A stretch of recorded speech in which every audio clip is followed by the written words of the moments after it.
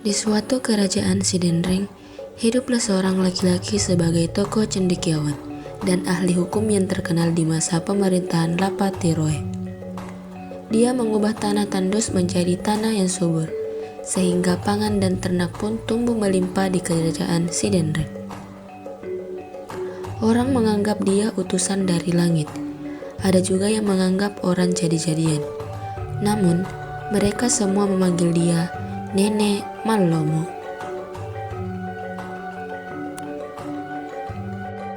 Nenek Mallomo bukanlah sebuah nama, melainkan gelar yang diberikan oleh Raja Lapatiroe, yang berarti orang yang mudah memecahkan masalah.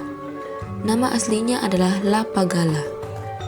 Tidak seperti yang dibicarakan orang lain, Nenek Mallomo hanyalah orang biasa, mempunyai seorang istri dan anak.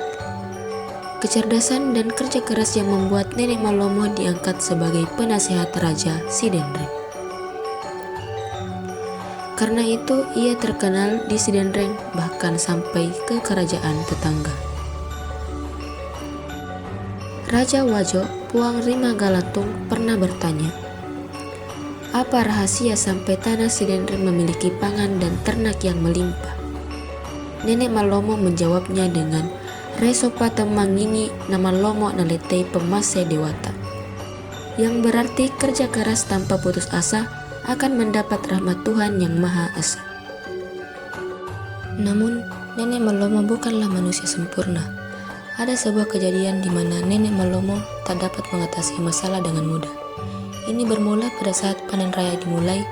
Padi yang dulunya mengeluarkan bulir-bulir kini layu mengering akibat kemarau berkepanjangan. Sungai dan sumur sebagai sumber air kini kering akibat air hujan tak kunjung turun. Seluruh masyarakat Sidendreng sedih, pangan dan ternak mereka mati. Raja Lapatiroe memerintahkan Nenek Mallomo mengatasi masalah ini. Nenek Mallomo kebingungan mengapa air hujan tidak kunjung turun. Panen kedua, ketiga pun sama sampai kemarau ini berlangsung 2 tahun lamanya. Beras cadangan sudah mulai habis. Masyarakat Sidendreng mulai dilanda kelaparan.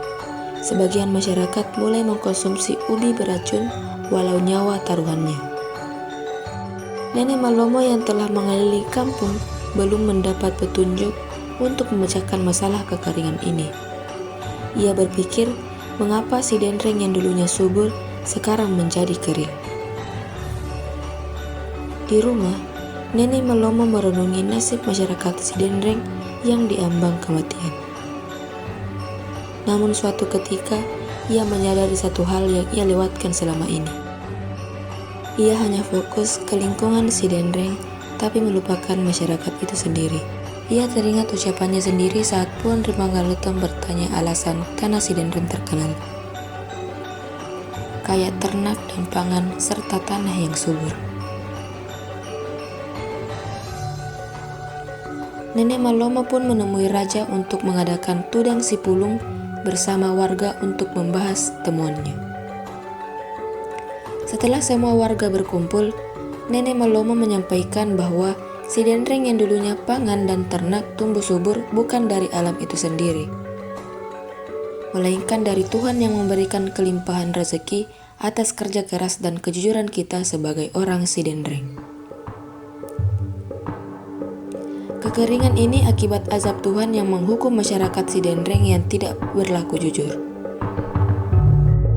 Nenek Mallomo menyuruh warga yang merasa sudah berbuat tidak jujur, termasuk mencuri, untuk maju ke hadapannya untuk diadili. Warga pun kebingungan karena selama ini mereka berperilaku baik dan jujur selama ini. Di saat tengah-tengah kebingungan itu, ada satu orang yang berjalan menghadap raja. Sosok tersebut adalah putra Nenek Mallomo. Semua orang pun terkejut termasuk Nenek Mallomo. Ia mengaku telah mengambil sebilah kayu di kebun tetangga untuk dijadikan mata garu. 2 tahun lalu, ia bersama 2 pasang kerbaunya membajak sawah miliknya, di mana di tengah sawah mata garunya patah. Untuk memperbaiki mata garunya, ia mencuri kayu di kebun tetangga. Nenek Malomo sedih mendengar pernyataan anaknya sendiri. Dengan berat hati, Nenek Malomo menyatakan hukuman mati untuk anaknya sendiri.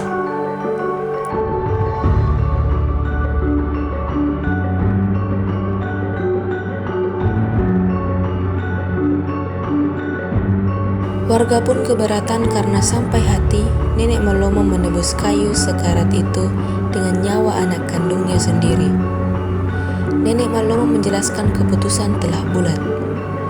Ade, temak ke anak, temak ke apo, yang berarti hukum tidak mengenal anak dan cucu. Nenek Malomo hanya bisa tegap berdiri sambil menahan tangis melihat anaknya sendiri. Di saat suasana tegang tersebut, tiba-tiba air hujan mulai turun. Warga yang tadinya keberatan, kini gembira melihat air hujan pertama selama 2 tahun lamanya. Kini, masyarakat sudah bisa menanam padi dan berternak kembali seperti sedia kala.